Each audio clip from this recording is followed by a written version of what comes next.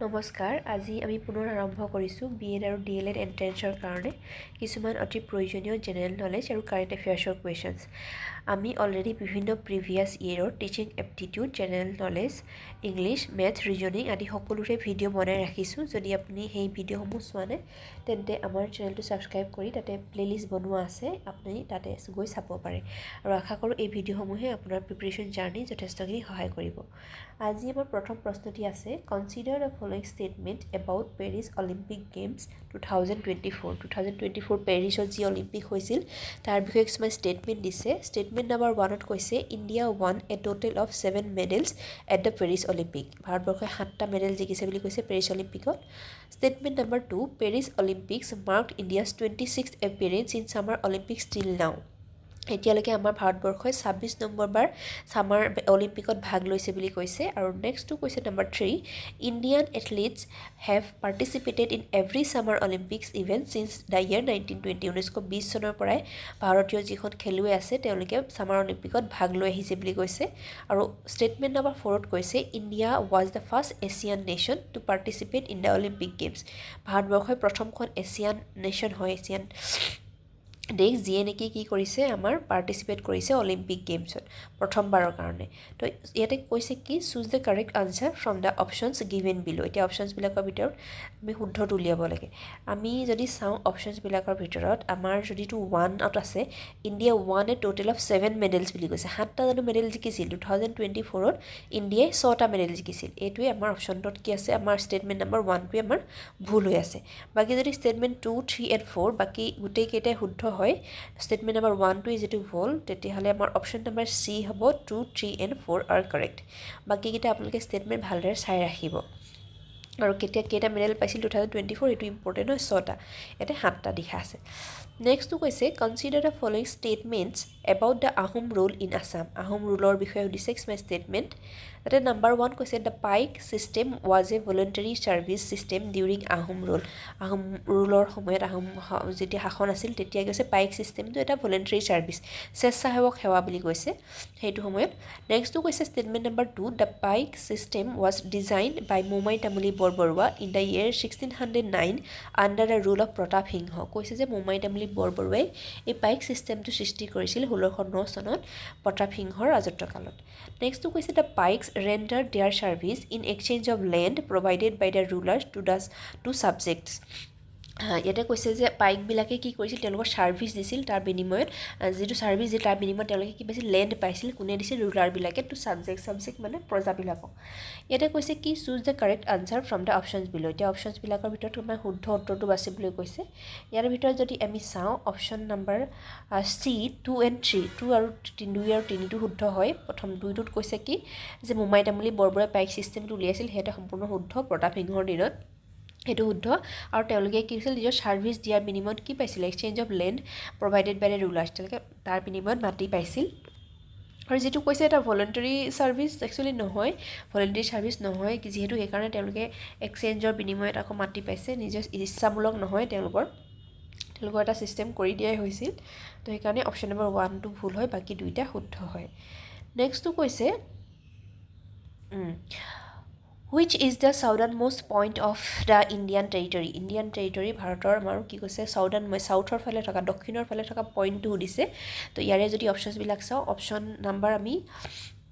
আমি এইটো চালেও গম পাম নিকোবৰটো দেখিলেও ইন্দিৰা পইণ্ট মেপখন ভালদৰে যদি চাই দেখিব Indira point in great Nicobar island সেইটো হৈছে আমাৰ ইণ্ডিয়াৰ চাউদাৰ্ণমষ্ট পইণ্ট হয় ইণ্ডিয়ান টেৰিটৰি নেক্সটটো কৈছে in which district of Assam Raimona national park located এইটো আমি সকলোৱে জানো ৰায়মনা নেশ্যনেল পাৰ্ক ক'ত আছে সেয়া হৈছে অপশ্যন নম্বৰ এ কোকৰাঝাৰ নেক্সটটো কৈছে consider the following statement about the recently launch Nijut Moina scheme of the government of Assam এইটো এটা এনেকুৱা ধৰণৰ কুৱেশ্যন দিছিলোঁ কিন্তু সেয়াৰ তাৰ ষ্টেটমেণ্টকেইটা বেলেগ আৰু ইয়াৰো ষ্টেটমেণ্টকেইটা বেলেগ ইয়াতে কৈছে নিযুত মইনা স্কিমটোৰ ওপৰত দিছে the scheme aims to empower the girl child through proper education in the state আমাৰ যিখিনি চাইল্ড আছে ছোৱালীবিলাকক কি কৰা প্ৰপাৰ এডুকেশ্যনৰ থ্ৰুৱেদি আমাৰ কি কৰা গৈছে এম্পাৱাৰ কৰাটো ইয়াৰ উদ্দেশ্য বুলি কৈছে অপশ্যন নম্বৰ আৰু ষ্টেটমেণ্ট নম্বৰ 2ত কৈছে under the scheme financial assistance will be provided to the school girls টিল ক্লাছ 10লৈকেহে দিব বুলি কৈছে আমাৰ যিটো ফাইনেন্সিয়েল এছিষ্টেঞ্চ নেক্সটটো কৈছে one important objective of the scheme is two stop child marriage in the state আমাৰ যিটো বাল্য বিবাহ সেই বাল্য বিবাহ বন্ধ কৰা হৈছে ইয়াৰ আটাইতকৈ দৰকাৰী ইম্পৰ্টেণ্ট এটা উদ্দেশ্য বুলি কৈছে অপশ্যন নম্বৰ ষ্টেটমেণ্ট নম্বৰ 4 কৈছে married girls are not eligible for the scheme যিসকল বিয়া হৈছে সেই ছোৱালীবিলাক ইয়াতে এলিজিবল নহয় বুলি কৈছে এতিয়া কৈছে choose the correct answer from the options given বিলো ইয়াতে আমি লাষ্ট ক্লাছত আমি যিটো পঢ়িছিলোঁ নিযুত মইনাৰ কামেই আছিল কি আমাৰ যে আমাৰ যিটো আমাৰ ছোৱালীবিলাকক এম্পাৱাৰ কৰা হয় তেওঁলোকৰ প্ৰপাৰ যাতে এডুকেশ্যন পায় সেইটো আছিলে অপশ্যন নম্বৰ আমাৰ 2টোত কৈছে কি যে এইটো 10লৈকে দিয়া হ'ব সেইটোতো নহয় পষ্ট গ্ৰেজুৱেট লেভেললৈকে দিয়া হয় তো সেইকাৰণে আমি 2 নম্বৰ অপশ্যনটো আমি এলিমিনেটেই কৰিব পাৰোঁ যিটো ষ্টেটমেণ্ট আছে 3 নম্বৰত কৈছে যে ষ্টপ চাইল্ড মেৰেজ এইটো একেবাৰে শুদ্ধ হয় 3 নম্বৰটো হয়ে আমি চাইল্ড মেৰেজ আমি বন্ধ কৰিবৰ কাৰণে নিযুত মইনা আঁচনি লোৱা হৈছে আৰু 4 নম্বৰটো কৈছে married girls are not eligible এই প্ৰশ্নটোত যিটো অপশ্যনছকেইটাতে নাই এই বস্তুটো সেইকাৰণে এইটো অকণমান কনফিউজিং হয় কুৱেশ্যনটো আনচাৰটো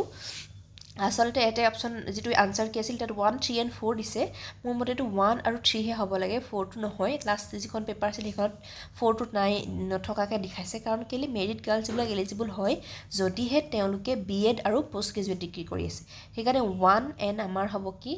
3 1 and 3 ইজ কাৰেক্ট হ'ব লাগিছিল কিন্তু ইয়াতে যিটো 1 3 লগত 4ও আছে সেইকাৰণে সেইটো মানে ধৰা হৈছে আৰু 1 3 and 4টো ধৰা হৈছে অপশ্যনটো চাই ল'ব আপোনালোকে কেনেকুৱা ধৰণৰ কি ধৰণৰ অপশ্যন আছে কিন্তু মেৰিড গাৰ্লছো এলিজিবল হয় যদিহে তেওঁ B.Ed বা পষ্ট গ্ৰেজুৱেট কৰিছে এইটো মানে আচলতে সেই এক্সেপশ্যন ধৰা নাই সেইকাৰণে চাগে আনচাৰটো এনেকৈ দিছে এক্সেপশ্যনটো আঁতৰাই পিনে নেক্সটটো কৈছে কি consider the following statement pertaining to the national education policy of 2020 এইটো এটা ইম্পৰ্টেণ্ট কুৱেশ্যন হয় আপোনালোকৰ কাৰণে ইয়াতে কৈছে ষ্টেটমেণ্ট নম্বৰ 1ত under this policy the present 10+2 system of education will be replaced by a new curriculum structure 5+4+3+3 system the new policy is also' aimed to bring the uncovered children in the age group of 3 to 6 years under school curriculum যিখিনি আমাৰ এই পলিচিটোৱে কি কৰিছে আনকভাৰ যিখিনি children আছিল 3 পৰা 6 বছৰ সেইখিনিকো আনিব বুলি কৈছে স্কুল কাৰিকুলামৰ ভিতৰত তাৰপিছত ষ্টেটমেণ্ট নম্বৰ 3ত কৈছে teaching up to grade 5 will be in mother টাং অৰ ৰিজনেল লেংগুৱেজ টু ফেচিলিটেট লাৰ্ণিং আমাৰ যিটো আমাৰ মাডাৰ টাং বা যিটো আমাৰ ৰিজনেল লেংগুৱেজ তাত শিকাব কিমানলৈকে ক্লাছ গ্ৰেড 5লৈকে যাতে তেওঁলোকে লাৰ্ণিংটো আৰু ভাল হয় তেনেকুৱা ধৰণৰ ইয়াতে কৈছে choose the correct answer from the given বিলো এতিয়া যদি চাওঁ আমাৰ কি কৈছে ইয়াতে 5+3+3+4 ঠিকে আছে বাৰু প্ৰথম অপশ্যনটো ঠিকে আছে 5+3+3+4 ঠিকে আছে 5 3 3 4টো আগত আছে যেনিবা ঠিকে আছে 2 নম্বৰটো যদি চাওঁ আমি ইয়াতেও কৈছে যে এইম টু ব্ৰিং দ্য আনকভাৰ সেইটো হয় ঠিকে আছে 3 পৰা আমাৰ 6 বছৰলৈকে আছে অপশ্যন নম্বৰ 3টো যদি চাওঁ teaching grade 5 will be mother টাং এইটো হয় মাডাৰ টাং বা ৰিজনেল লেংগুৱেজ হ'ব তো সেইকাৰণে option number D is the right on all R correct এইটো এটা ইম্পৰ্টেণ্ট হয় আপোনালোকে ভালদৰে মনত ৰাখিব নেক্সটটো কৈছে Purnima Devi Barman of Assam is well known for her conservation efforts of which of the following endanger species যিটো এণ্ডেঞ্জাৰ স্পেচিছ হয় এটা তেওঁ সংৰক্ষণৰ কাৰণে জড়িত পূৰ্ণিমা দেৱী বৰ্মন সেই এণ্ডেঞ্জাৰ যিটো আমাৰ বিপন্ন পাই স্পেচিছ সেইটো কি সুধিছে আমাৰ প্ৰজাতিটো কি সুধিছে তো ইয়াৰে আমি সকলোৱে জানো পূৰ্ণিমা দেৱী বৰ্মনক কি বুলি কোৱা হয় হাৰগিলা বাইদেউ বুলিও কোৱা হয় গ্ৰেটাৰ এডজেচেণ্ট ষ্টক গ্ৰেটাৰ এডজাচেণ্ট ষ্ট্ৰক যিটো হয় হাৰগিলা বুলি কয় অসমীয়াত সেই হাৰগিলা নামৰ যিটো বিপন্ন প্ৰজাতি সেই প্ৰজাতিটোক বচাবৰ কাৰণে সংৰক্ষণৰ কাৰণে পূৰ্ণিমা দেৱী বৰ্মনে আমাৰ বহুত কষ্ট কৰি আছে সেইকাৰণে তেওঁ দুবাৰকৈ হুইটলি এৱাৰ্ড বা গ্ৰীণ অস্কাৰ এইটো কুৱেশ্যনো বহুত ইম্পৰ্টেণ্ট হয় গ্ৰীণ অস্কাৰ এৱাৰ্ড বা হুইটলি এৱাৰ্ড পোৱা অসমৰ কোন হয় তেতিয়া তেওঁ দুবাৰকৈ পাইছে এয়া হৈছে পূৰ্ণিমা দেৱী বৰ্মন নেক্সট কুৱেশ্যনটো কৈছে কনচিডাৰ দ্য ফলোয়িং ষ্টেটমেণ্টছ এটা ষ্টেটমেণ্টকেইটা কৈছে কি number 1 horn rhinoceros is only found in Assam India এশিঙীয়া গড় কেৱল অসমতে পোৱা যায় বুলি কৈছে Javan rhinoceros is the rarest 1 horn rhinoceros in the world Javan Sumatra এনেকৈ কেইবাবিধো আছে বিগ 5 বুলি আছে জাভান সুমাত্ৰা এতিয়া কৈছে জাভানটোৱে হৈছে আটাইতকৈ ৰেয়াৰেষ্ট 1 হৰ্ণ ৰাইন'চৰাছ বুলি কৈছে ৱৰ্ল্ডৰ ভিতৰত এইটো নাম হয় এটা দেই এটা তেওঁলোকৰ মানে স্পেচিছৰ বেলেগ বেলেগ নাম জাভান সুমাত্ৰা আৰু ব্লেক এনেকৈ কিবি আছিলে বেলেগ বেলেগ নেক্সটটো কৈছে 3টো African rhinoceros is also' known as white rhinoceros আফ্ৰিকাৰ যিবিলাক আমাৰ গড় হয় এইবিলাকক বগা গড় বুলি কোৱা হয় বুলি কৈছে statement number 4 world rhinoceros day is observed on 22 October each year 22 তাৰিখে প্ৰতি বছৰে 22 অক্টোবৰ তাৰিখে বিশ্ব গড় দিৱস পালন কৰা হয় বুলি কৈছে এতিয়া choose the correct answer from the options given বিলো ইয়াৰে আগতে এবাৰ অলৰেডি ডিছকাছ কৰিছোঁ এটা কুৱেশ্যন ইয়াতে যদি চাওঁ 1 2 and 3 এইকেইটাটো ঠিকে আছে বাকি আমি 4 নম্বৰটো যদি চাওঁ ৱৰ্ল্ড ৰাইনোচৰাছ ডেটো হৈছে অবজাৰ্ভ কৰোঁ 22 ছেপ্টেম্বৰ ইয়াত দিছে অক্টোবৰ এইটো মন দিব ভালকৈ দেই 22 অক্টোবৰ নহয় 22 ছেপ্টেম্বৰ তাৰিখেহে আমাৰ ৰাইনো ডে বা ৱৰ্ল্ড ৰাইনো ডে পালন কৰা হয় বাকি 1 ৰাইনো সেইটো ঠিকে আছে 2 নম্বৰটো ঠিকে আছে আৰু 3 নম্বৰটো ঠিকে আছে তো এইকাৰণে হ'ব আমাৰ 1 2 and 3 ক'ত আছে option number C is the right one next কৈছে in computer technology phishing refers to phishing মানে কি সুধিছে কম্পিউটাৰ এটা কুৱেশ্যন হয় এটা হৈছে pulling out confidential personal information যিখিনি আপোনাৰ গোপনীয় তথ্য সেই গোপনীয় তথ্যখিনি পুল কৰি উলিয়াই অনা বুলি কৈছে from a bank or institutional database বেংকত বা আমাৰ ইনষ্টিটিউচন কিছুমানত আমি কি কৰোঁ এই যে আমাৰ পাৰ্চনেল ডাটাবিলাক দিওঁ কনফিডেঞ্চিয়েল ডাটাবিলাক সেইবিলাক যেতিয়া কম্পিউটাৰ থ্ৰুদি কম্পিউটাৰ টেকন'লজি এটা পিচিং হয় এটা এইটো এটা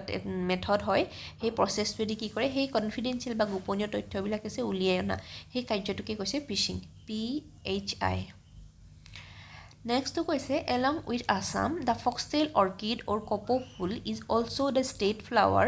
of which of the following states? আমাৰ কৈছে অসমৰ বাহিৰৰ যিটো আমাৰ foxtail orchid বা kopo ফুল সেইটো অসমৰ আমি জানো যে ৰাজ্যিক আমাৰ ফুল হয় তাৰ বাহিৰৰ আৰু কোনখন ৰাজ্যত বুলি কৈছে যে এই ফুলবিধ ষ্টেট আমাৰ ফ্লাৱাৰ হয় তো আমি জানোৱে যে এইটো হৈছে আমাৰ ওচৰে হয় অৰুণাচল প্ৰদেশত কি কৰা হয় তেতিয়াহ'লে আমাৰ যেনেকৈ kopo ফুল তেওঁলোকৰ foxtail orchid হৈছে ষ্টেট ফ্লাৱাৰ Next to কৈছে এটো এটা statement based question হয় এটা কৈছে consider the following statements about the historic Patharughat peasant uprising during the British rule পথৰুঘাটৰ যেটো কৃষক বিদ্ৰোহ তাৰ ওপৰত দিছে statement number 1 ত কৈছে uprising of peasants in Patharughat of Dorong district in Assam was against the irrational increase of land tax by the British যেটো আমাৰ অবিবেচকভাৱে যেটো আমাৰ কি কৈছিল ব্ৰিটিছে ল্যান্ডৰ মাটিৰ যেটো কৰ বহাই দিছিল হেতু কাৰণে দৰঙৰ পথৰুঘাটত কি হৈছিল এটো peasant uprising বা কৃষক বিদ্ৰোহ হৈছিল Statement number 2 কৈছে on that fateful day of on the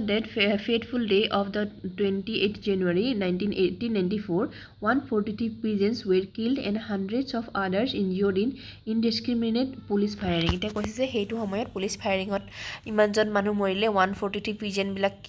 মৃত্যু হ'ল আৰু লগতে বাকি hundreds মানুহ এখতকৈ মানুহ মানে কি হৈ গৈছে ইনজিয়ৰ্ড হ'ল বুলি কৈছে Next to কৈছে 28 January is commemorated as কৃষক শহীদ দিৱস in Assam আমাৰ 28 জানুৱাৰীটো অসমত কৃষক শহীদ দিৱস হিচাপে পালন কৰা হয়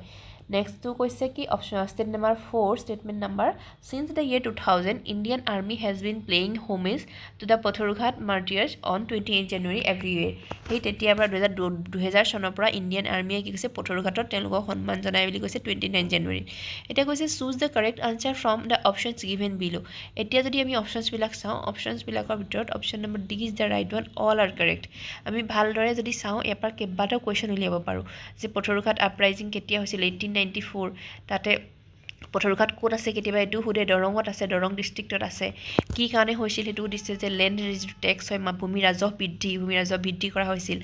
আকৌ দিব পাৰে যে আমাৰ কেতিয়া হয় কৃষক শহীদ দিৱস অসমত পালন কৰা হয় 28 জানুৱাৰী তাৰ পাছত এটো কি হয় পথৰুঘাট মাৰ্টিয়াৰ্ছ ডে হেতু বাৰু ইমান বেছি কথা নাই তথাপিও হেতু জানি থটো ভাল বাকি এই কেটা বহুত বেছি ইম্পৰ্টেন্ট হয় কাৰণ ইয়াৰে অপচন যদি চাওঁ অল আৰ কাৰেক্ট হয়